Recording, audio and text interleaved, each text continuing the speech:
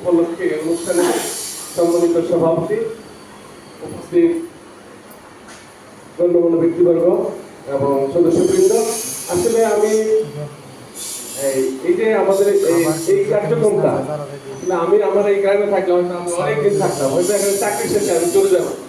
হ্যাঁ, যাই হোক, আমি এই জিনিসটা পরামর্শ হিসেবে বলতে চাইছি, যেহেতু বলছিল পরামর্শ দেওয়ার জন্য। এখানে যে তোমরা হিসাবটা দিয়েছ, এখানে আমার মনে হয় একজন দরিদ্র লোক না লেখা, কার নাম স্পেসিফিক ঠিকানা লেখা, কোন তারিখে কত টাকা দিচ্ছে এটা লিখলে ভালো হয়। তখন কোনোদিন দেখানো লাগলে দেখাইতে পারবে। একজন দরিদ্র তো অনেক লোক, ঠিক না? এই জন্য স্পেসিফিক রাখবা। অনেক সময় নাম প্রকাশ করলে সমস্যা আছে, ঠিক আছে?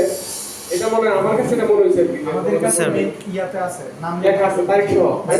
এই যে এখানে আচ্ছা, ঠিক আছে, এটা দেখবে না, আমি আমার কাছে মনে হইলো আর কি। আর আরেকটা বিষয়, এই গ্রামে এসে আমি এই সংগঠনের ব্যাপারটা মানে পুরোপুরি বুঝতে পারলাম। আমাদের এলাকায় কিন্তু এগুলো নাই।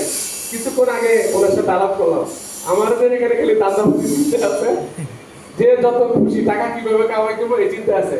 আর তোমরা ছাত্র মানুষ, তোমরা নিজেদের পকেটের টিফিনের টাকা আরো কিছু প্রবাসীদের ডোনেশন নিয়ে কাজটা করতেছো।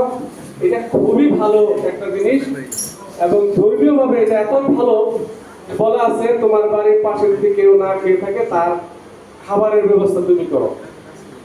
এক্স্যাক্টলি তোমরা তো এই কাজটাই করতেছো, যার যে অসুবিধা আছে চিকিৎসা বা অন্য যত ধরনের অসহায় মানুষকে সহায়তা করা যায় এটা করতেছো। এটার জন্য তোমাদেরকে অ্যাপ্রিশিয়েট করি। আমি ব্যক্তিগতভাবে, তোমরা আমাকে যদি ডাক দাও, আমি তোমাদের সাথে থাকবো। আমি আমার সামর্থ্য অনুযায়ী আমি আর